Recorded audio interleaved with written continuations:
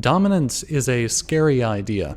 When we think of a man being dominant or dominating someone, we think of someone like Genghis Khan slaughtering millions and raping millions. We think of a man forcing himself onto a woman, regardless of what she thinks, regardless of what she wants, regardless of anything. He wants what he wants, and he's gonna hurt anyone in his way to get it. Men want bad things, right? It's like men want to have sex and like own women, right? Like they want to dominate everybody. We think of being dominant as asserting yourself at the expense of others, in the way a slaver is exerting his dominance over a slave. And this is definitely true, particularly when it comes to men in relation to women. But the thing is, amidst being taught that this is what it means for a man to be dominant, to hurt other people, we also find that in today's world, most young men, particularly the ones who are good in their heart, the good men in the world today are very docile, very shy, unable to assert themselves in social situations, unable to flirt, unable to ask women out, unable to get the things that they want in their life, unable to communicate what they think, feel. And I think this has to do with the fact that dominance does not mean what we think it means. I think that it has been purposefully demonized. But what does dominance really mean? Well, if you look up the definition, it will say power and influence over others. Now, I think what's really important here is that it says over others. That's a very crucial element to what I think a lot of people get wrong about dominance, and I think this has been done intentionally.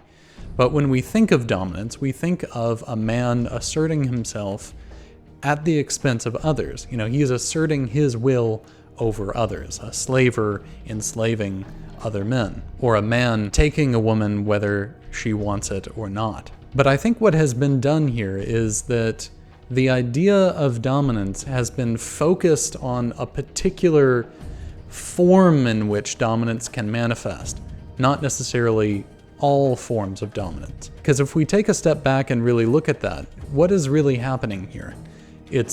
I've said it actually multiple times so far, but it's a man asserting what he wants, which I think is more accurate to what dominance really means. It's him asserting his will upon what I would say the world, not others necessarily.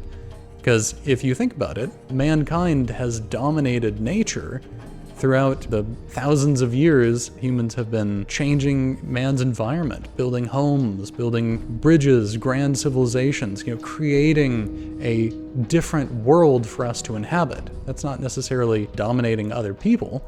It's, when you build a house, a man out in the forest all by himself building a house, he is asserting his will. He is dominating that environment, making it his own, but it has nothing to do with other people because there is no one around. It's just him. This would still count as dominance. But what's been done primarily by feminism is rewrite and shape the idea of dominance to be very focused on a very specific subset of men, evil men, asserting their will over others and the world. That they are the ones, the rapists, the thieves, the murderers, the evil men out there who assert what they want at the expense of others. That's the only thing that comes to mind when we think of dominance, because that's how the narrative has been shaped. And the consequence of this is that when a man does something wrong, when a man asserts himself in a situation, if people don't like it, then he's condemned for it. But if he does something good, if men go out and build skyscrapers, or an individual man changes a woman's life for the better, no one cares. No one even notices it. It's a neutral thing. So it's created a situation where a man is either dominant and evil, or he's just not noticed.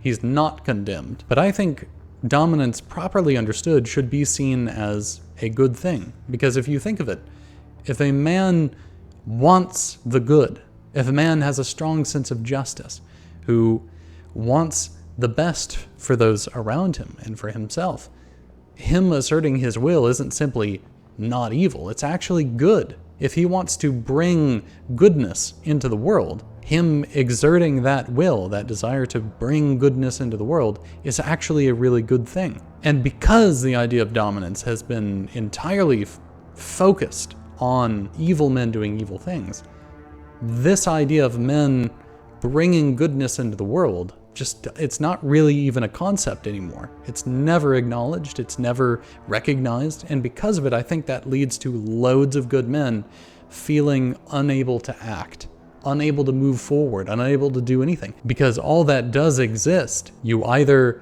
assert what it is that you want in the world and people don't like it, and then that makes you, this chauvinistic, dominant jackass, or it's acceptable and that's just not acknowledged. This creates within most men a fear of condemnation all the time. There is no such thing as praise or heroism or goodness or virtue. There's only sin and condemnation. And the only result of that is just to stay home, play video games, to hide, to not show the world what it is that you want, what it is that you think or feel. Because the only result of this is that you can either be condemned for it or not condemned for what you're doing today, but probably tomorrow. But I think why feminism has gone after this idea of dominance so harshly and has turned it into something that is inherently evil is because it's so core to the physical act, the relationship between men and women. I mean, if you think of the actual physical act of sex, I mean, the man is taking pleasurable action for both the man and the woman. And, it's him initiating, him exerting his will in that moment. And you can see this really highlighted, interestingly enough, in women's erotic literature. An overwhelming amount of erotic literature and stuff for women, written mostly by women for women, is a man who is consumed with desire for a woman and is unquestionably going after her. There's no doubt in his mind, and he will make his desire come true. He will have her. And this is attractive to women because it gets to the very core of that sexual relationship between men and women, of the nature of sex. And this nature of being dominant is very central to a man's psychology. And without it, with just nothing but doubt in place of this sense of, this is what I want, this is what I'm going after in life, and it's good, I'm going to make it happen. Without that, he is just stuck. He's just docile. He's going to do nothing because, there's only doubt in the place of what should be a sense of, this is what I want and it's good. So the way people think of dominance is a man going after what he wants at the expense of others. Whereas what I would say dominance properly understood is a man asserting his will, going after what he wants. And whether or not that's at the expense of others depends upon what it is that man wants. That depends on the man. If the man doesn't care about other people, if he doesn't care about what a woman wants or what's good for her or what's good for him even, if he just has an urge and he's going to go after it, that's going to look very different than a man who does care about what's good for the people around him and for himself. A man who has a sense of justice, a principled man. That's going to look totally different. So dominance properly understood is a man asserting his will into the world. And like I was saying earlier, a man who is asserting a good will, good intention into the world, that's not just neutral. That's not just not evil. That's actually the process of bringing good into the world. If a man has a dream of a better world, a dream of a better home for himself, him not taking no for an answer from the universe, him being like, no, this is gonna happen.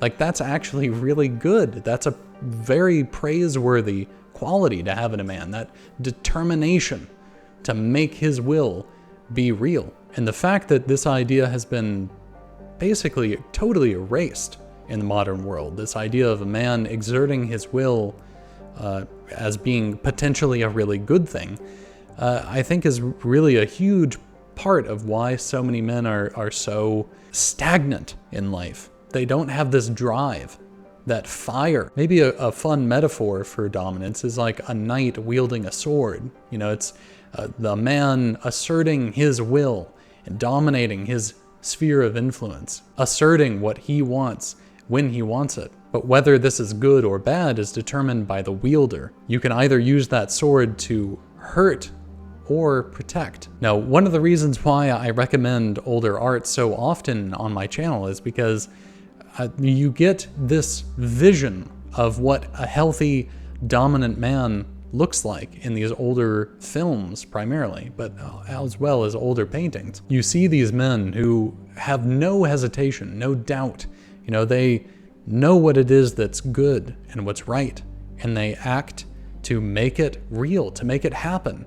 And that it's such a core quality to what makes a hero too. If you think about it, like a hero is a man who sees what's good, who sees what's right, and he's doing everything that he can to make that happen. He is dominating the world with his goodness. It's something that just no one really thinks of anymore, but I think is true. So if you haven't already, check out my awesome list of really great art in the description below. It's movies, music, paintings, sculptures. You check it out. It will change your life. It is filled with great art that can give you a sense of what is good and possible in life. And it's certainly a damn sight better than the art in today's world. And if you have already downloaded that list, watch The Big Country. That is a really good example of, you know, dominant men, both healthy and unhealthily, you know, asserting their wills into the world. And it's not the fact that, ooh, the bad men are dominant, whereas the good one isn't.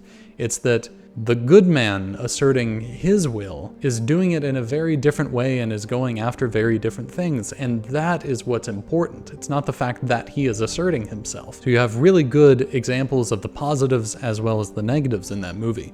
And really just in general, any older work, you're going to see men behaving like men, you know, healthy, psychologically healthy men, in the sense of like they are going to act without hesitation, without this sense of dread and fear and second guessing ourselves and doubt in the way that we do today. We're so crippled and unsure of ourselves because we have been taught that us asserting our will at all is a problem, and that us asserting what we want is by definition going to hurt someone else. So the next time you are about to keep your thoughts and your feelings and your desires to yourself, try voicing them. It doesn't matter if people are going to like or agree with or even listen to what it is that you're saying, because it's not ultimately about them. It's about you owning what it is that you feel and what it is that you think, about owning your life. Because ultimately you can't control others, but you can control yourself. And I think that's a really important aspect of what dominance is all about. It's about dominating your life and your existence and your atmosphere, your environment. And that is a great way you can start building self-esteem and confidence, is small little moments like that where you start to take back control over what you can control in your life, which is yourself. Voicing what it is that you want, what it is that you feel and think, without worrying about what other people say and do. Because either you dominate your life and you own it, or you let it slip away. So take those small steps and start owning your life, because you will start to feel so much better with every small little moment where you take control. I hope this video has been interesting and helpful for you.